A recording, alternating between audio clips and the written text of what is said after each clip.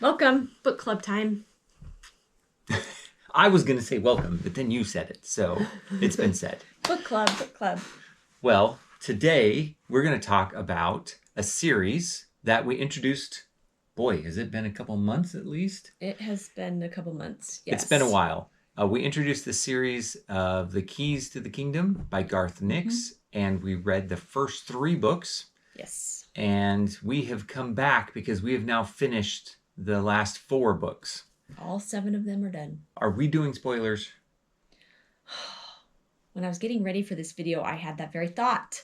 Whoa, you got ready for this video? Yes, I had to, That's put unusual. on makeup and all kinds of things. Anyways, I guess I don't know how to share my feelings about a book unless I share the specific things that made me have that feeling. I can't just be vague. So yes, spoilers. Okay, so we're doing spoilers. Spoilers. Beware. Yep. I think we start with the names of them and what deadly sin they portrayed. So we ended with Drowned Wednesday. That's where our last video cut off. And then we have Sir Thursday, which is anger. You're really narrowing in on these 7 deadly sins thing. Yeah, I think that was a side theme. No, I think it's really important and it's cool. Okay. I was just surprised.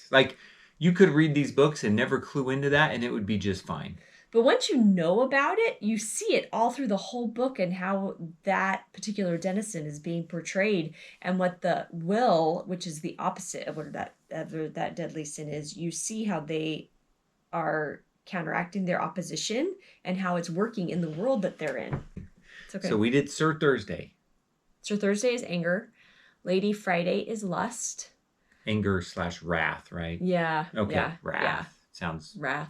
more angry. Okay. Superior Saturday is envy. Wrath, lust, envy. Okay. Yes. And then Lord Sunday is pride. Pride. Yep. Okay. Ready? What was your favorite book of the final 4 that we read? I struggled with every one of these books to give it the rating. Oh, really? The reason is I view it as one long story. Oh. That's like saying, what's your favorite chapter of a given book? And every once in a while, there's a chapter that you like more than others, but largely you're just ready for the book to go on. Is it because So it's the hard. books are so short? Is that why you feel like it's just one continuous story? Because if you look at epic fantasies like, Sanderson on our shelf behind us, he's got 1,200-page books. You're not viewing those books as one continuous story. I kind of do. I struggle in series to say this is my favorite book unless there is big changes within the series.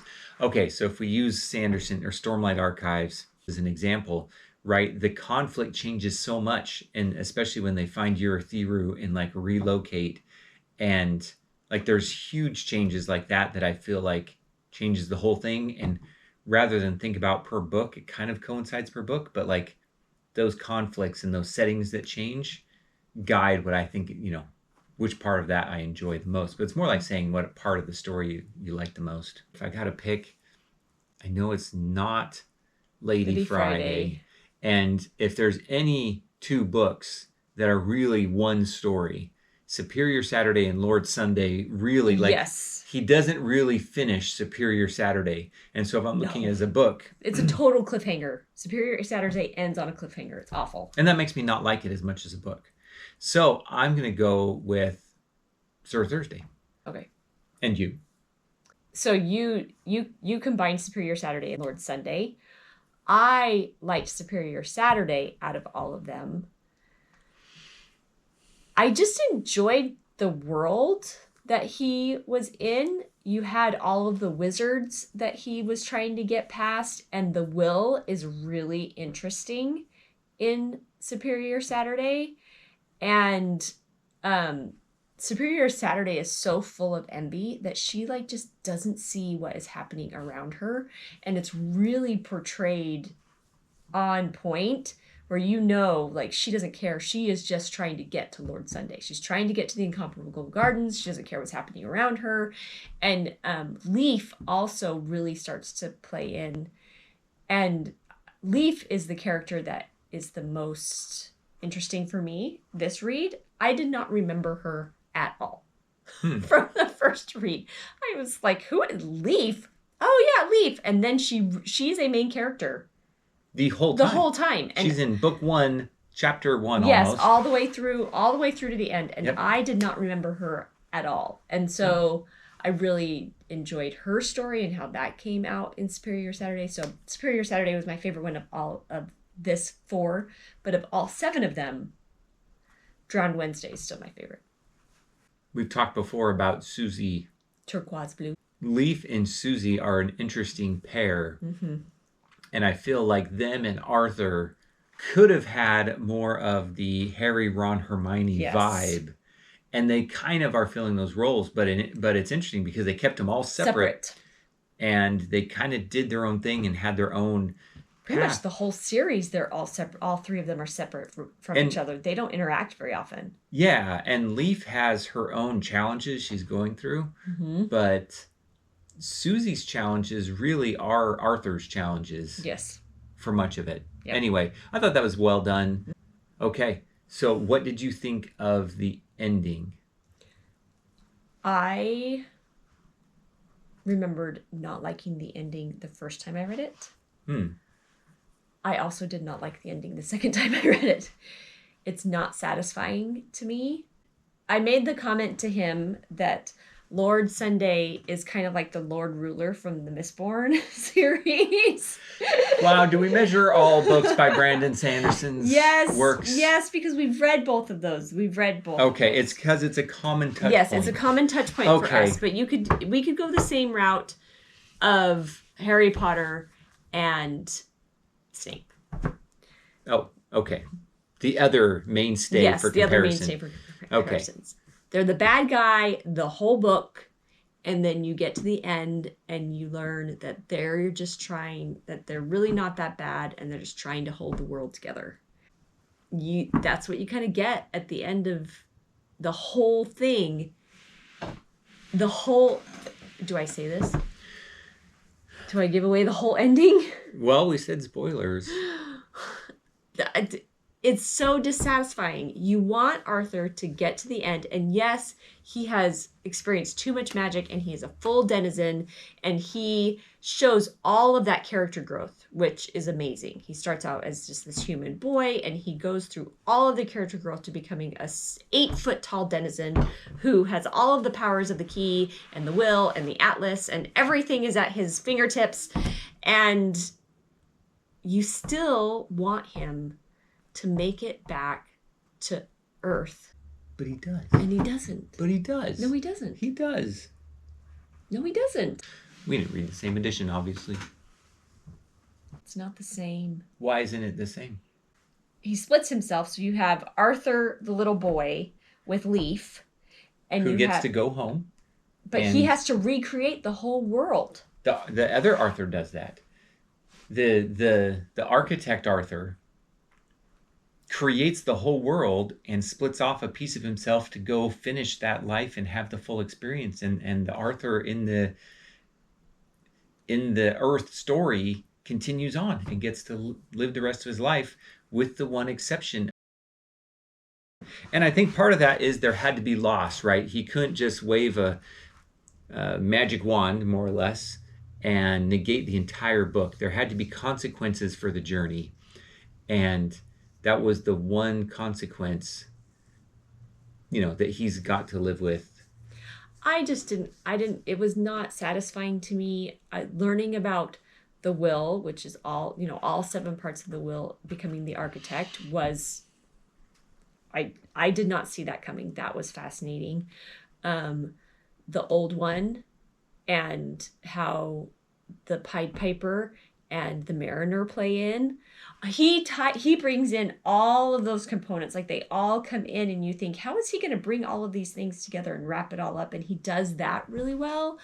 But the ending with Arthur is just not satisfying for me. I needed all of Arthur to go back to Earth. Do I still recommend the whole series? Yes. The whole series is a whole 5 stars, and everybody can view the ending how they want to view it. So what do you like about it? What is it that draws you to this book or to this series? the world that Arthur is in and the themes that carry on throughout all of it. I think it's all fascinating. And Garth Nix does a great job at carrying those themes through all of it. That's why I like it. It's good Yeah. writing. I agree. Even if I don't like the ending, the writing was fantastic. It's and this is classic Garth Nix, super original. Mm-hmm. The thing that's different about this than some of the other Garth Nix stuff that I've read is that throws in a level of whimsy, that, a little bit of silliness in these big settings, right? They all had funny names, and these guys, artful loungers.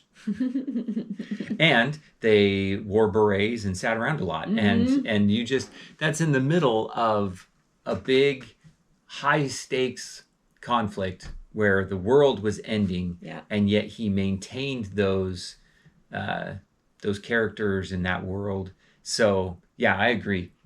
That's what's appealing about these books. Yeah, it's deep enough you can think about the themes and watch for that. It's fun enough that you can read it with kids and still be interested. I have two beefs. Okay, I'm curious. Okay. I don't know these. These are going to be new for me. One is the small beef. Okay. It's one portion of beef. Okay. My one portion of beef is I think the Mariner got a raw deal. Yes, that was... The Mariner turned out to be... really sad. The Mariner turned out to be a genie in the bottle. Yeah. And he would grant the wish of Arthur 3 times. Yeah, he got 3 wishes and then he died. Yeah. And spoilers all over the place. This is the most spoilery video we've ever done. Yes. But at the end, it's just poof, he was dead. And it was like, gone. oh, he used his 3 wishes and he was gone. How does that make sense? If that ending I did not think was well done. It's like the Mariner had no other purpose other than he was an artifact of the plot. You never found out, we learned about him in the first couple books. Yeah.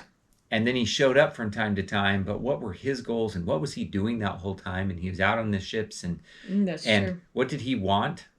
And don't what know were any his of that. goals? Because, we know what the Piper wanted. Mm-hmm. And the Piper and Lord Sunday and Mariner were all brothers. Brothers or half brothers, depending on how you want to see that. Anyway, I think the Mariner got a raw deal. I don't think that was great. I agree. That's my small beef. My large beef, we talk a lot about our values in these discussions. Yes. And we have strong traditional Christian values. We do. And sometimes it bothers people. If that's not your jam, you're allowed to view that how you want. Yep. But for me, I'm coming from that place. I enjoyed the story and the world building and the whimsy, and the conflict was big and all that stuff was there. The character development was there. But in the end, when I looked at the bigger theme behind after the 7 deadly sins, the next theme is something that's common with Garth Nix, unfortunately. He and I don't see eye to eye on this. I have no idea what you're going to say.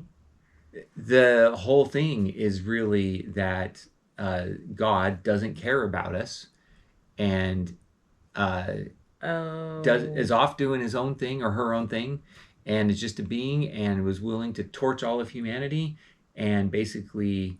Selfish. Extremely selfish. Selfish or non-existent, non-participant. And it is, in a sense, kind of an anti-deity book. In the end... Again, spoilers, the bad guy was God. Yep. And I hate to say it. Why do you say that? It's so true, though. Yeah, I hate to say it, but his other books have some of his other stuff have some similar feelings. Yeah. And so for me, that's a huge downer. That's a big beef I have at the end of the book. You want to know why the architect went away. Yeah, why she did what she did. Yep, and how Arthur plays into that and all of that. And when you come around to find out what it was, she got bored. And she was bored, and humanity was an accident, and there was no grand plan. Yep. And so, in fact, humankind kind of evolved on its own, and she patterned the house after that, right? After humanity. And so she's like, let's bring a mortal in to run things so I can go off and do whatever I feel is next. I mean, you spend the whole book wondering where's the architect? Where did she go? Why did she leave all of this? So that's my big beef. And it's still a great book. I still give the series 5 stars. Yes. Like, it has all those other It has things. all and those other components. It's great writing. And this is why Garth Nix is my second favorite author. I like most of what he writes. And when you look at the themes and the values and the driving underlying currents that carry the story, I rarely agree with them, and they make me feel a little yucky. So take that for what it is. Oh, so disappointing. We don't talk about these ahead of time. And I said, I have a thing and I don't know if I should Yeah, bring we were it up. eating dinner around the table today, and you did. I said, don't bring it up. Share it here. Go read the books. Enjoy them. Be aware of that. I think that if I was running a Christian homeschool group, I would want to use these for the whole 7 deadly sins, and you see some of the negative consequences of this type of attitude and whatever. But you get to the end and all of a sudden I'm like, nope. I don't think you can go there with it. Because at the end, what is the lesson? What does God do at the end? Well, she got bored. She got bored, and essentially all these people, as you pointed out, they turn out to be not as bad as you think. Yeah. They basically turned to sin in an effort to save the world. Yeah. Like I said, the ending is so not satisfying. But see, I'm okay with the plot ending. I don't like the theme ending. And I tend to think about, You're a thinker. I'm a bit of a thinker. Don't do that, and you'll have a good time. And that's a life lesson. I should stop thinking. I'd enjoy a lot of things more. Oh, that makes me sad. It's still a great series. So 5 stars from both of us. Great Yes. read. And depending on your views, you may be disappointed in the end, but still worth it. Yes. Boy, that is a mixed review. Yes, it is. Okay, well, go enjoy. Yep. Happy reading, everybody.